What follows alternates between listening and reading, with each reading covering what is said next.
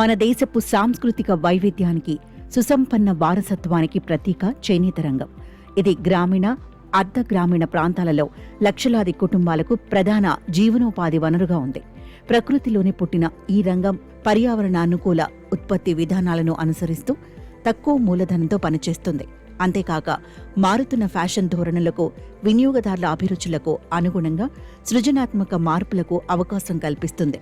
స్వాతంత్ర్యానంతరం దేశంలో జరిగిన పారిశ్రామికీకరణ విధానాల మూలంగా టెక్స్టైల్ రంగంలోకి పెద్ద ఎత్తున పెట్టుబడులు రావడంతో చేనేత రంగం భారీ కుదుపులకు లోనైంది. ప్రభుత్వాల నుంచి సరైన ప్రోత్సాహం లేక అత్యంత నైపుణ్యత కలిగిన అనేక మంది చేనేత కార్మికులు వివిధ ఉపాధి పనుల నిమిత్తం ఇతర రంగాలకు, ప్రాంతాలకు వలస వెళ్లిపోయారు. అయినప్పటికీ అనేక మంది తమ తరతరాల ఘన వారసత్వాన్ని నమ్ముకుని జీవనాన్ని కొనసాగిస్తున్నారు.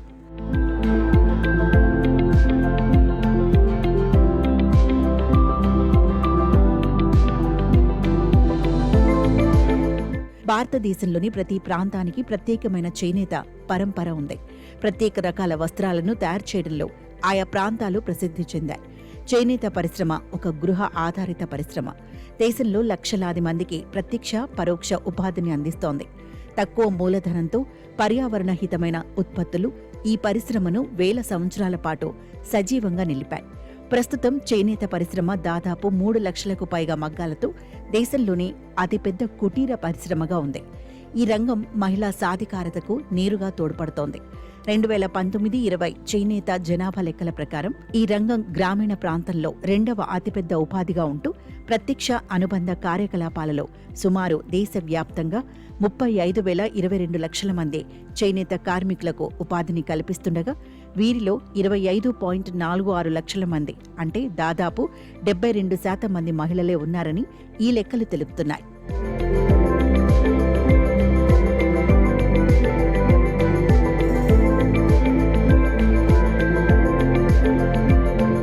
తెలంగాణలో చేనేత రంగానికి గొప్ప చరిత్ర ఉంది. ఈ రంగంలో అనుబంధ కార్మికులు సహా 59,325 మంది చేనేత కార్మికులు ఉన్నారు. రాష్ట్రంలో 41,556 మరమగ్గాలు పనిచేస్తున్నాయి. రాష్ట్రంలో కాటన్ 259, సిల్క్ 40 వీవర్స్ కోఆపరేటివ్ సొసైటీలు ఉన్నాయి. చేనేత ఉత్పత్తుల మార్కెటింగ్ కోసం తెలంగాణ రాష్ట్ర చేనేత సహకార సంఘం లిమిటెడ్ పేరుతో ఒక అపెక్స్ సొసైటీ ఉంది. ఇక్కడి గ్రామాల్లో మగ్గాలపై నేసే వస్త్రాలకు ఖండాంతర ఖ్యాతి ఉంది. ఆయా ప్రాంతాలు ప్రత్యేకించిన కళాఖండాలుగా జియోగ్రాఫికల్ ఐడెంటిఫికేషన్ సైతం సాధించాయి. ఇక్కడి పోచంపల్లి ఇక్కత్ పట్టుచీరకు 2003లోనే జియోగ్రాఫికల్ ఐడెంటిఫికేషన్ జారీ అయింది. తెలంగాణలోని గద్వాల, సిరిసిల్ల, నారాయణపేట్, దుబ్బాక ప్రాంతాలు సైతం అద్భుతమైన చేనేత వస్త్ర రూపాలతో ప్రపంచవ్యాప్తంగా ప్రాముఖ్యత సంపాదించాయి.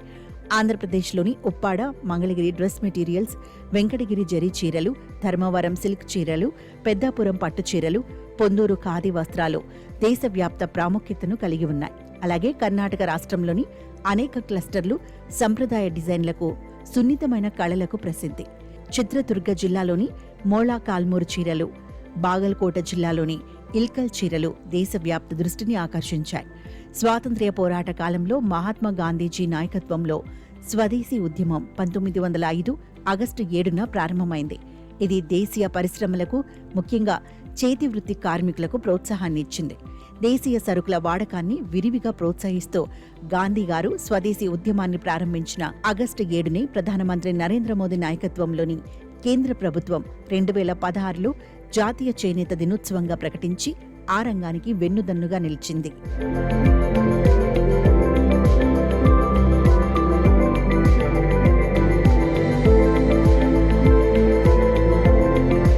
కేంద్ర ప్రభుత్వం 2025-26 సంవత్సర బడ్జెట్లో దాదాపు 5.272 కోట్లను ప్రకటించి చేనేత రంగానికి అండగా నిలిచింది.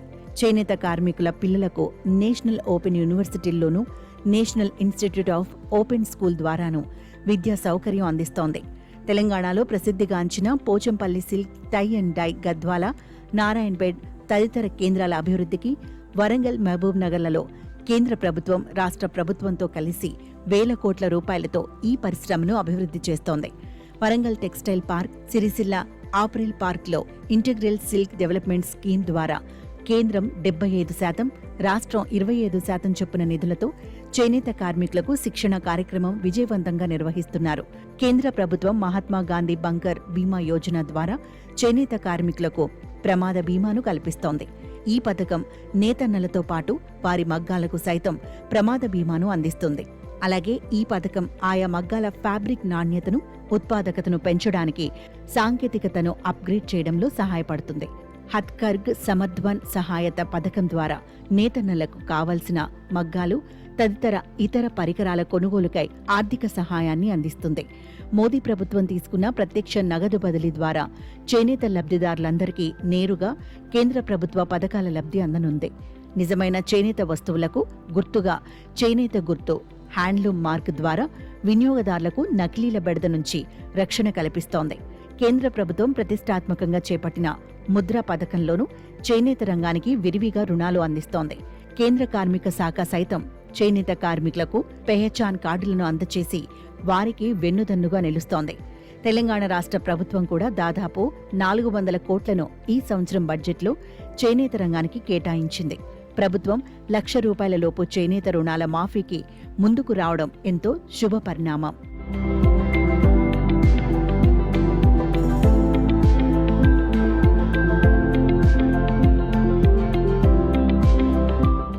మన దేశంలో వ్యవసాయం తర్వాత అతిపెద్ద ఉపాధి రంగం చేనేత రంగమే. ఈ రంగం అభివృద్ధికి కేంద్ర రాష్ట్ర ప్రభుత్వాలు వెన్నుదన్నుగా నిలవాల్సిన అవసరం ఉంది. ప్రతి కేంద్ర రాష్ట్ర ప్రభుత్వ సంస్థలు వాటి అవసరాన్ని బట్టి విధిగా చేనేత శాలువాలు, బ్లాంకెట్స్, బెడ్షీట్స్, టవల్స్ వాడాలనే నిబంధనలు రూపొందించాల్సిన అవసరం ఉంది. తీవ్ర రుణభారంతో సతమతమవుతున్న చేనేత రంగానికి దన్నుగా వడ్డీ లేని లేదా అత్యంత తక్కువ వడ్డీ గల రుణాలతో, గ్రాంట్ల రూపంలోనూ ఇతర సబ్సిడీలతో ప్రభుత్వాలు అండగా నిలబడాలి.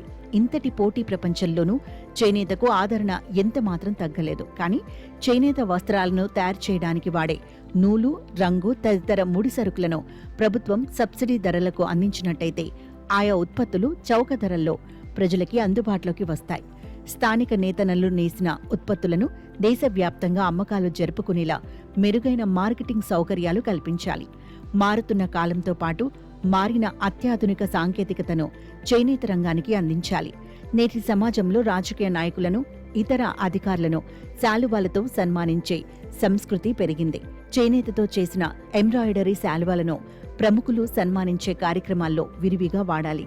పంజాబ్ తదితర రాష్ట్రాల్లోని గ్రామీణ ఆర్థిక వ్యవస్థలలో ఈ రకమైన శాలువాలు కీలక పాత్ర పోషిస్తాయి. ప్రతి రాజకీయ నాయకుడు వారి రోజువారీ కార్యక్రమాలలో ఈ శాలువాలను ప్రోత్సహించాలి. పైకి చిన్నగా కనబడుతున్న ఈ చేనేత శాలువాల విలువ దేశవ్యాప్తంగా దాదాపు 1,200 కోట్లని ఒక అంచనా. జాతీయ చేనేత దినోత్సవం సందర్భంగా మన ఉభయ తెలుగు రాష్ట్రాలలో చేనేత రంగానికి విశేష సేవలందించి గుర్తింపు తెచ్చిన ఆచార్య కొండ లక్ష్మణ్ బాపూజీని మనందరం స్మరించుకోవాల్సిన అవసరం ఎంతైనా ఉంది.